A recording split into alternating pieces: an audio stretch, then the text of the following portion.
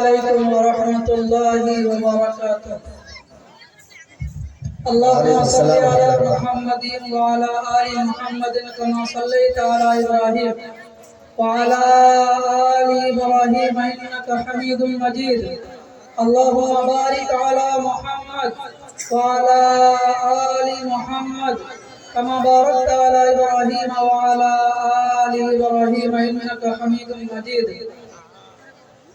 أعوذ بالله من الشيطان الرجيم، بسم الله الرحمن الرحيم۔ ألف لام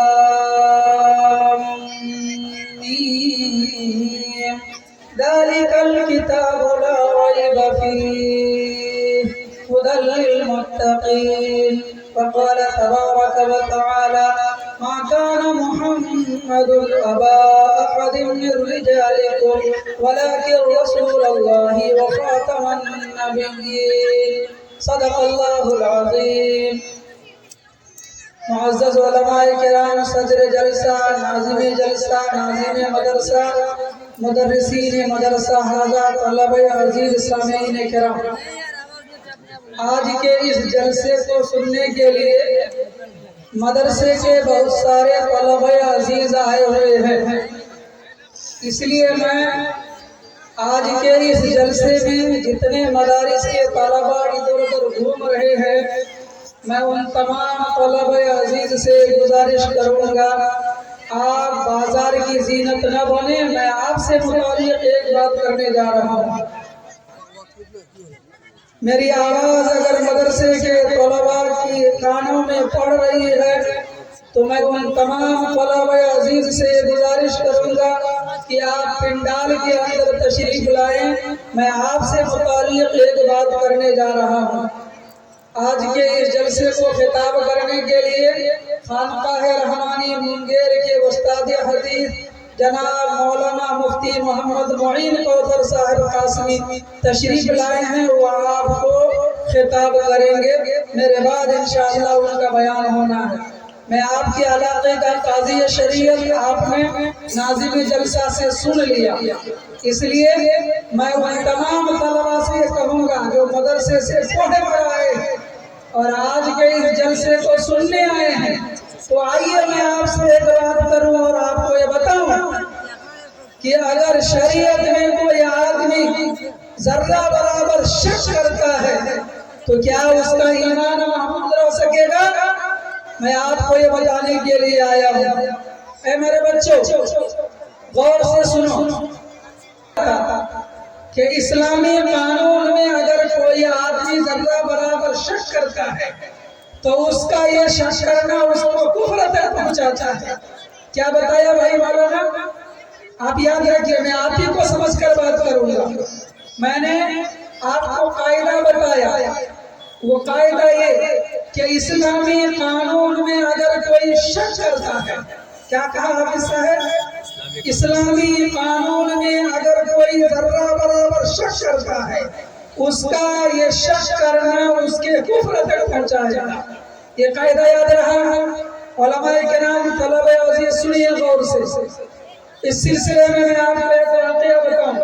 سنا ہوگا آپ لوگوں نے، ایک بہت بڑا افسر تھا، بڑا دیندار تھا، انگریزی پڑھنے والا پڑھانے والا تھا اور بڑا وجیہ اور شکیل تھا، بہت حسین و جمیل و خوبصورت تھا۔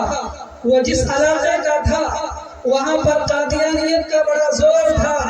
ایک قادیانی جو زمیندار تھا، اس کی بیٹی بھی بڑی خوبصورت تھی اور بڑی پڑھی لکھی تھی۔ اس کے والد نے اس نوجوان سے کہا کہ جناب آپ میری بیٹی سے نکاح کر لیجئے اور میرا داماد بن جائیے۔ تو اس افسر نے یہ کہا کہ میں کہاں نبی کا غلام، تم کہاں قادیانی نبی کا دشمن، میرا رشتہ تمہاری بیٹی سے کیسے ہو سکتا ہے؟ اس نے کہا کہ تمہیں قادیانی بننے کی ضرورت نہیں، تم جس جگہ ہو اسی جگہ رہو، بس میری بیٹی کو تم اپنے نکاح کے لیے قبول کر لو، تم مسلمان بن کر رہو، میری بیٹی قادیانی بن کر رہے گی، میں تمہیں چھیڑتا نہیں، میں تجھے قادیانیت قبول کرنے کی دعوت نہیں دیتا، بالکل پکا مسلمان بن کے رہو، لیکن میرا دل چاہتا ہے تم بڑے اچھے انسان ہو، تم بڑے دیالو ہو، تم بڑے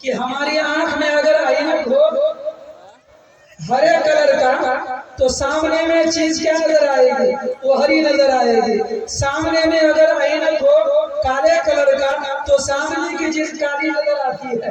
جب یہ آدمی سو رہا ہے کفر کی حالت میں تو اسے تو کفر ہی نظر آئے گا.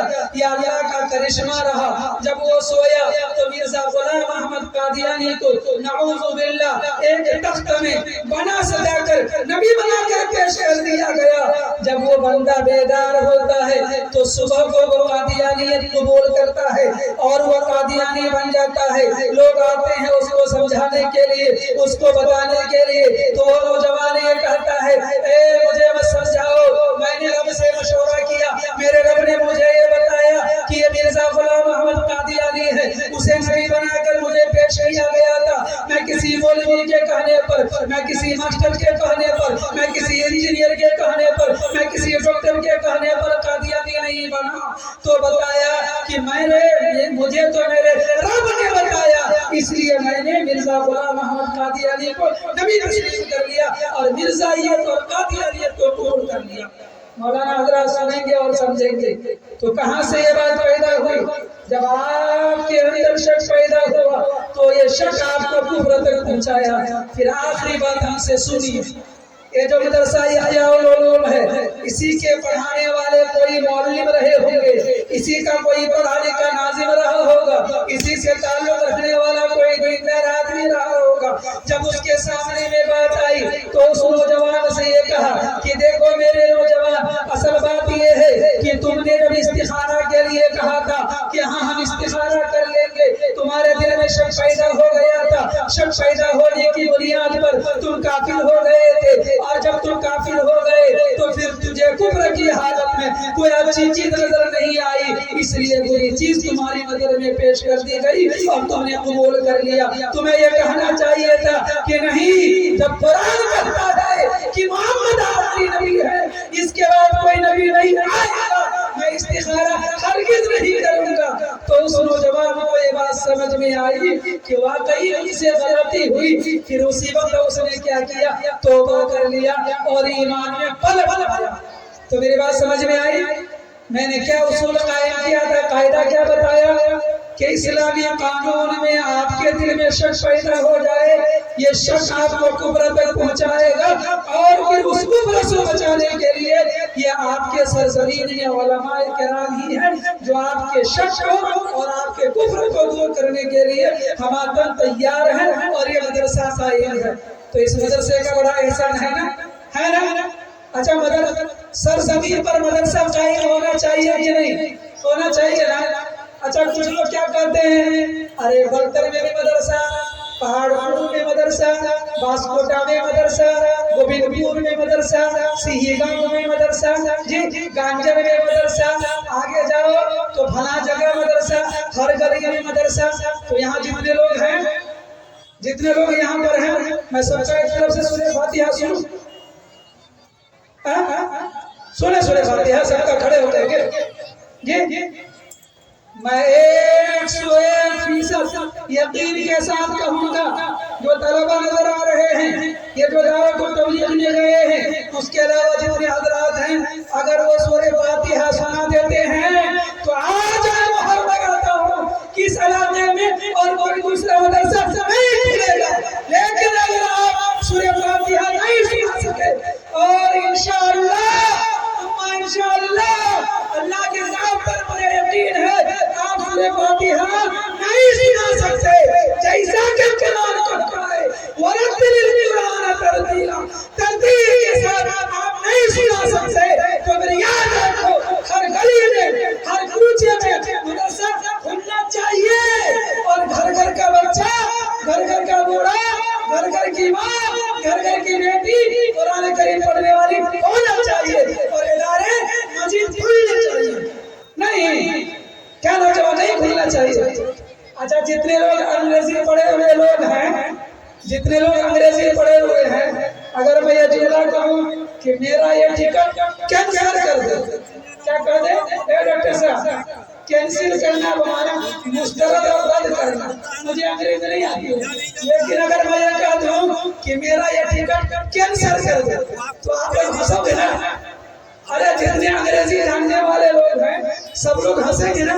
کیسا معاملہ ہے، اس کو انگریزی نہیں آتی ہے، کینسل کو کینسر بولتا ہے، کینسل کو کیا بولتا ہے؟ کینسر بولتا ہے، تو ہنسیے گا نا؟ اچھا، جو لوگ قرآن کریم میں آئینہ کل کو پڑھتے ہیں کیا عربی پڑھنے والے نہیں ہنسیں گے؟ ارے جو لوگ عربی جانتے ہیں وہ لوگ نہیں ہنسیں گے؟ ارے وہ فرشتہ نہیں ہنسے گا؟ ہنسے گا نا؟ اچھا، وہ اللہ قبول کر لے گا آئینہ کل کو جو پڑھا جاتا ہے؟ اس لیے پتہ یہ چلا کہ نماز میں سورہ فاتحہ کا پڑھنا واجب، نماز میں سورت کا پڑھنا واجب، نماز میں تحیات کا پڑھنا واجب، نماز میں دعائے قنوت کا پڑھنا واجب۔ تو یہ چاروں چیزوں کا یاد ہونا تو واجب نہ ہے؟ ہاں، یہ کہاں یاد کیا جائے گا؟ مدرسے میں نا؟ اگر مدرسہ کھلا ہے اور اب تک لوگوں نے نہیں جانا تو اور نہ کھولنا ہوگا۔ اس لیے جتنے مولانا لوگ ہیں آپ لوگ پڑھ کے آئیے گا، اور گلی گلی میں مدرسہ کھولنا ہے، کھولیں گے اور لوگوں کو بلا کر پڑھائیں گے، پڑھو سورہ فاتحہ، پڑھو کوئی سورت، پڑھو دعائے قنوت، یاد کرو تحیات، پڑھاتے رہیں گے انشاءاللہ۔ اور کسی کے دل میں کوئی شک پیدا ہوگا تو شک بھی دور کریں گے اور اس کو کفر سے بچائیں گے۔ چلیے اب ہم دوسری بات کرتے ہیں۔ جتنے لوگ یہاں پر ہے، کیوں بلب جلا رہی؟ میرے آنکھ میں مار رہا ہے لال بلب جلا کے، یہ بچہ چھوڑ دے تقریر، نہیں تو جمعہ میں آئیں گے بیان کرنے کے لیے۔ آج نہیں سنیے گا نا تو ہم جمعہ میں آئیں گے، ہم کل 10 کرسی آئے ہیں اور پھر 1 گھنٹہ بیان کریں گے۔ اب بیٹھا دیں گے سب کو۔ اے مولوی صاحب لوگ سنیے گا، آپ جب سفر کرتے ہیں تو آپ سے لوگ کیا کہتے ہیں؟ ارے مولانا صاحب لوگ آپ کے اسلام میں برابری نہیں ہے، آپ کے اسلام میں انصاف نہیں ہے، کہا کہ تم لوگ عورتوں کے ساتھ بہت ظلم کرتے ہو، تم لوگ جو ہے گھومتے پھرتے گلیوں میں رہتے ہو، ماں بہن کو مکانے لگا دیتے ہو، اور تمہارا باپ مرے گا تو تم 2 ٹکا لے لیتے ہو، بہن کو 1 ٹکا دے دیتے ہو، تم برابری نہیں کرتے ہو۔ تو آپ لوگ بھی کیا کہتے ہیں؟ صحیح بھائی، برابری نہیں کرتے ہیں، بہت سارے لوگ کہتے ہیں، اور یہی سے وہ شخص میں مبتلا ہوتا ہے، پڑھتا نہیں لگا سے بڑھیا سے، خالی موبائل دیکھتا ہے رات کو بسترے میں چھپ کر کے، اب قرآن میں ریاض لگا لیتا ہے اور ریاض کے اندر میں موبائل دیکھتے رہتا ہے۔ ارے قرآن میں تدبر کرو، کہاں افلا تذکرون افلا تعقلون، ارے آپ کو سمجھنے کے لیے کہا گیا، آپ کو تدبر کرنے کے لیے کہا، آپ کو جواب دینا نہیں آتا ہے، آپ پڑھتے نہیں بڑھیا سے تو جواب کیا دیجیے گا؟ آپ بھی سمجھ جاتے ہیں، کوئی اعتراض کر دیتا ہے، ارے تم بیٹا کو 2 ٹکا دیتے ہو، بیٹی کو 1 ٹکا دیتے ہو، اور یہاں برابری نہیں کرتے ہو۔ اور سننے کے بعد ہمارے لوگوں کو بھی لگتا ہے کہ یار اسلام میں بڑی کمی ہے، بہت کچی ہے، بہت ناانصافی ہے۔ تو سنو، شریعت نے کیا کہا؟ ان اللہ یامرکم بالعدل والاحسان، بے شک اللہ تمہیں عدل کا حکم دیتا ہے، برابری کرنے کا حکم نہیں دیتا، والمساوات نہیں آیا۔ ایک لفظ ہے عدل، دوسرا لفظ ہے مساوات۔ مساوات کے معنی برابری اور عدل کے معنی انصاف۔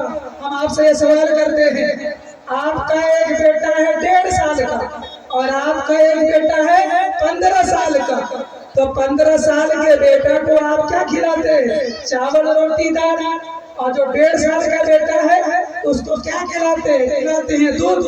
تو وہاں برابری کیجئے گا، اس سے یہ سوال کیجئے گا کہ جناب آپ بھی تو برابری نہیں کرتے، برابری تو آپ بھی نہیں کرتے نا، آپ تو بیٹا میں برابری نہیں کرتے۔ اس لیے کہ ایک بیٹا 15 سال کا اور ایک بیٹا 2.5 سال کا، 2 سال کا، تو 2.5 سال کے بیٹا کو آپ دودھ پلاتے ہو اور 15 سال کے بیٹا کو آپ چاول روٹی دیتے ہو، تو آپ بھی برابری کرو نا۔ 1.5 سال کے بیٹے کو دودھ دیتے ہو تو 15 سال کے بیٹے کو بھی دودھ پلاؤ نا۔ کیوں نا انصافی کرتے ہو؟ کیوں نہ برابری کرتے ہو؟ تو آپ بھی برابری نہیں کرتے ہو۔ یہ ہے الزامی جواب۔ دوسرا آپ کو جواب یہ دینا ہے کہ میری شریعت، میرا اللہ، ہمارا اسلام برابری کرنے کا حکم نہیں دیتا ہے، بلکہ میرا رب، میرا اللہ ہماری شریعت میں انصاف کا